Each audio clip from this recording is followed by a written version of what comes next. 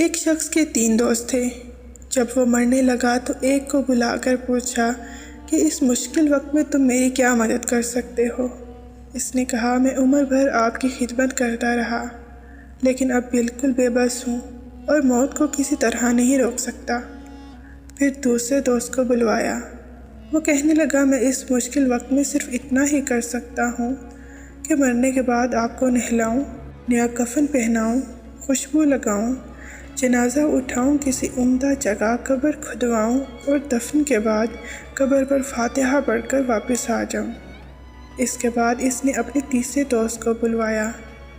وہ تیسرا کہنے لگا، آپ فکر نہ کریں، میں موت کے بعد بھی آپ کا ساتھ دوں گا، قبر میں آپ کے ہمراہ جاؤں گا، جب آپ قیامت کے دن قبر سے نکلیں گے تو تب بھی آپ کے ساتھ ہوں گا۔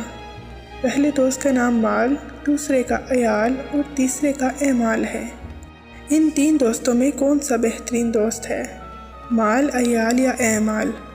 اس کا جواب سورہ اعلیٰ کی آیت نمبر 16 اور 17 کی روشنی میں آسانی سے سمجھا جا سکتا ہے۔ اور تم تو دنیا کی زندگی کو ترجیح دیتے ہو اور آخرت بہت بہتر اور بقا والی ہے۔ آپ کے اعمال ہی واحد سہارا ہے جو ہمیشہ آپ کے ساتھ رہیں گے۔